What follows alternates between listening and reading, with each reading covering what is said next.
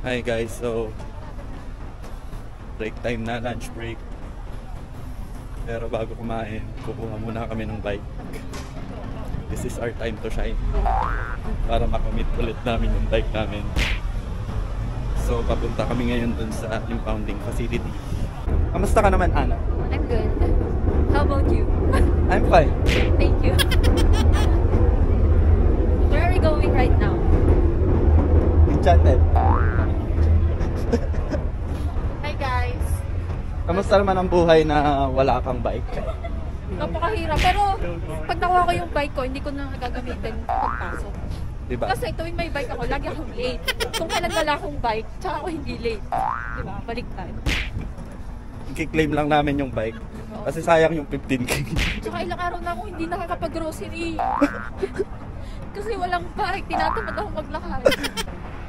Ako hindi na ako magbabike kasi nakakalaki na dyan yung bike. Oo.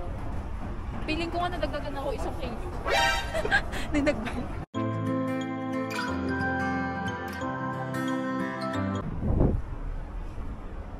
Hindi namin mahanap yung impounding facility.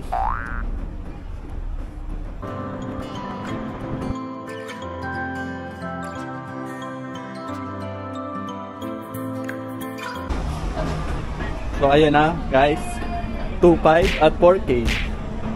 2.5 yung sa amin. Hey, entrance.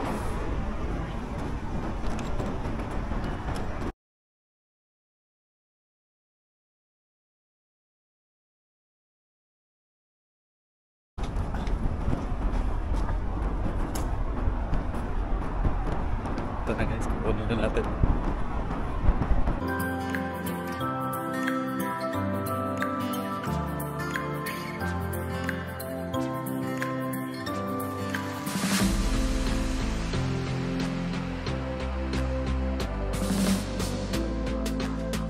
Nakuha na namin guys. Sobrang ganda ng parking nila. Baka pwedeng dito na lang natin i-park.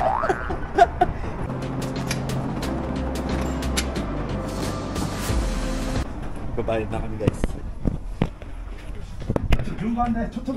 Parang mas nagkakagulo pa sila guys kaysa sa amin. We got our bike na guys. Bakit di kayo nagpapa?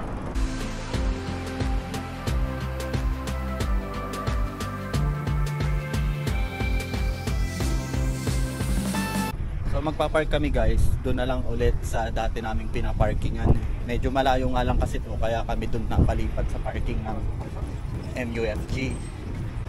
Since nahuli na nga tayo, dapat lesson learned na yun. So lilipat na kami ng parking dito na ulit. Kasi from dito, pag dito kami nag-park, mga 5 minutes lakad pa to office.